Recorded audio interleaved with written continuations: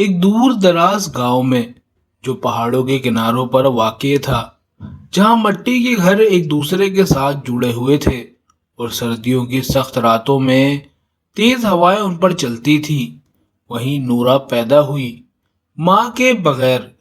جیسے ہی اس نے زندگی کی آنکھ کھولی، اس کی ماں نے ہمیشہ کے لیے آنکھیں بند کر لی۔ اس کا باپ سعید گاؤں کے سب سے غریب آدمیوں میں سے ایک تھا، لکڑیاں جمع کر کے گزر بسر کرتا، مگر وہ ایک نرم دل اور رحم کرنے والا انسان تھا جو کسی کو دروازے سے خالی ہاتھ واپس نہ جانے دیتا۔ جب اس کی بیوی مر گئی تو اس نے وعدہ کیا کہ وہ اپنی جان سے بھی زیادہ نورا کی حفاظت کرے گا، مگر زندگی نے اسے زیادہ موقع نہ دیا۔ ایک رات لوگ اس کی لاش کندھوں پر اٹھائے واپس آئے۔ کسی نے کہا کہ وہ پہاڑ سے گر گیا اور کسی نے بتایا کہ یہ معمولی گرنا نہیں تھا۔ یوں نورا صرف 7 سال کی عمر میں یتیم ہو گئی، نہ ماں رہی نہ باپ۔ اس کی آنکھوں میں خوف گھر کر گیا، گاؤں کے لوگوں کی نظریں بھی بدل گئیں، ترس سے دوری تک اور پھر نفرت تک۔ اسے اپنی پھپھو ختیجہ کے گھر بھیج دیا گیا، جو ایک سخت دل عورت تھی، رحم کا نام تک نہ جانتی تھی۔ وہ کمزوروں کی بے عزتی سے مزہ اٹھاتی۔ اس کا بیٹا فائز ایک شرارتی لڑکا تھا جو نورا کو تنگ کرتا، مارتا اور رلاتا، اور کوئی اسے روکنے والا نہ تھا۔ نورا راتوں کو روتی اور دن سے ڈرتی تھی۔ ہر صبح ذلت سے شروع ہوتی اور ہر شام مار کھا کر ختم۔ اسے اپنی زندگی میں کبھی سکون نہ ملا۔ پھر ایک دن آیا جس دن سب کچھ بدل گیا۔ ایک سر صبح نورا گھر کے پیچھے بیٹھی دوسروں کے کپڑے دھو رہی تھی۔ اس کے ہاتھ ٹھنڈ سے کانپ رہے تھے، چہرہ زرد پڑ چکا تھا، جیسے زندگی کب کی اسے چھوڑ گئی ہو۔ اچانک فائز پیچھے سے آیا اور اس پر پانی کی بالٹی انڈیل دی اور بے شرمی سے ہنسنے لگا۔ نورا ٹھنڈ کے مارے چیخ اٹھی۔ یہ چیخ سن کر خدیجہ اندر سے نکل آئی اور غصے میں بولی، کیوں چیخ رہی ہو؟ جلدی صفائی کرو۔ خدیجہ کے دل میں ذرا بھی رحم نہ تھا۔ وہ نورا کے ساتھ ایسے برتاؤ کرتی تھی جیسے وہ اس کی بھانجی نہیں بلکہ ایک نوکرانی ہو۔ سال در سال گزرتے گئے، نورا بڑی ہوتی گئی، مگر اس کا درد بھی ساتھ بڑھتا گیا۔ وہ روز بازار جاتی، لکڑیاں جمع کر کے بہت کم داموں میں بیچتی اور وہ سارے پیسے خدیجہ کو دیتی۔ اگر دیر ہو جاتی تو کوڑے اس کا انتظار کرتے۔ گاؤں میں کوئی اس کے حق میں بولنے والا نہ تھا، سب اسے نظر انداز کرتے جیسے وہ گاؤں کے لیے ایک شرم ہو۔ کچھ لوگ کہتے کہ نورا بدقسمتی لاتی ہے اور کچھ کہتے کہ وہ ایک نکمے باپ کی بیٹی ہے، اور گاؤں کے بچے وہ تو راستے میں اس پر ہنستے، پتھر مارتے اور اس کی زندگی کو عذاب بنا دیتے۔ لیکن نورا اس سب کے باوجود اپنے سینے میں کچھ الگ چھپا کر رکھتی تھی۔ اس کی آنکھوں میں صبر کی روشنی جھلکتی تھی اور اس کی زبان شکایت کرنا نہیں جانتی تھی۔ جب وہ اکیلی ہوتی تو خاموشی سے روتی اور اپنے رب سے گہرے دل سے دعا کرتی، یا رب میرا ساتھ دے، میرا حق دلا دے، اگر یہ لوگ نہیں دیکھتے تو تو دیکھ رہا ہے۔ ہر رات وہ ٹھنڈی زمین پر سوتی، اپنے سر کو پرانے بچے ہوئے کپڑوں سے ڈھانپتی اور اندھیرے میں آہستہ سے کہتی، میں بڑی ہوں گی اور وہ دیکھیں گے۔ ایک رات جب خدیجہ نے دروازہ بند کیا اور سو گئی، نورا نے ایک عجیب خواب دیکھا، ایسا خواب جو اس نے پہلے کبھی نہیں دیکھا تھا۔ اس نے ایک عظیم محل دیکھا جو ایک وسیع صحرا کے بیچ میں تھا۔ محل کے پیچھے بے شمار کھجور کے درخت تھے اور زمین کے نیچے سے پانی ابل رہا تھا۔ اس نے خود کو سفید لباس میں اس محل کی طرف چلتے ہوئے دیکھا اور ارد گرد کے لوگ احترام سے اپنا سر جھکائے کھڑے تھے۔ وہ اچانک جاگ اٹھی، دل زور سے دھڑک رہا تھا اور آنکھوں میں چمک تھی۔ اسے محسوس ہوا کہ اس کے اندر سے کوئی عجیب سی طاقت بیدار ہو گئی ہے، جیسے زندگی بدلنے والی ہو، مگر کیسے اور کب یہ وہ نہیں جانتی تھی۔ اگلی صبح نورا وہ نہیں تھی جو پچھلی رات تھی۔ کچھ تو اس کے چہرے کے تاثر میں، اس کے قدموں میں اس کی نظروں میں بدل گیا تھا۔ وہ بازار کی طرف جا رہی تھی، لیکن اس بار اس کا سر اونچا تھا اور اس کی آنکھیں کسی چیز کی تلاش میں تھی۔ لگتا تھا کہ جو خواب اس نے دیکھا تھا وہ صرف خواب نہیں بلکہ آنے والے وقت کا ایک چھپا ہوا وعدہ تھا۔ بازار میں جب وہ لکڑیں زمین پر اتار رہی تھی، ایک اجنبی بزرگ اس کے سامنے آیا۔ نورا نے اسے پہلے کبھی نہیں دیکھا تھا۔ اس کی داڑھی سفید تھی، لباس صاف اور لمبا، آنکھیں تیز اور گہری۔ وہ اس کے سامنے رکا اور نرم آواز میں بولا، تم کہاں سے آئی ہو؟ نورا کچھ لمحے رکی، پھر ادب سے بولی، میں اپنی خالہ خدیجہ کے گھر سے آتی ہوں، لکڑیاں جمع کرتی ہوں اور بیچتی ہوں۔ بوڑھا شخص کچھ دیر تک اس کی طرف غور سے دیکھتا رہا، پھر بولا، تمہاری آنکھیں لکڑیاں اٹھانے والوں جیسی نہیں لگتی، بلکہ ان لوگوں جیسی ہیں جو ایک دن درختوں کا سایہ اپنے اختیار میں لیں گے۔ نورا اس کی بات پوری طرح سمجھ نہیں پائی، مگر اس کے دل نے کانپنا شروع کر دیا۔ بوڑھے نے اسے کچھ سکے دینے چاہے، مگر اس نے انکار کر دیا اور مضبوط آواز میں کہا، میں بیچنا چاہتی ہوں، بھیک نہیں مانگتی۔ بوڑھا شخص مسکرایا اور بولا، ٹھیک ہے، ہم ایک دن دوبارہ ملیں گے نورا، اور اس دن تم مجھے یاد کرو گی۔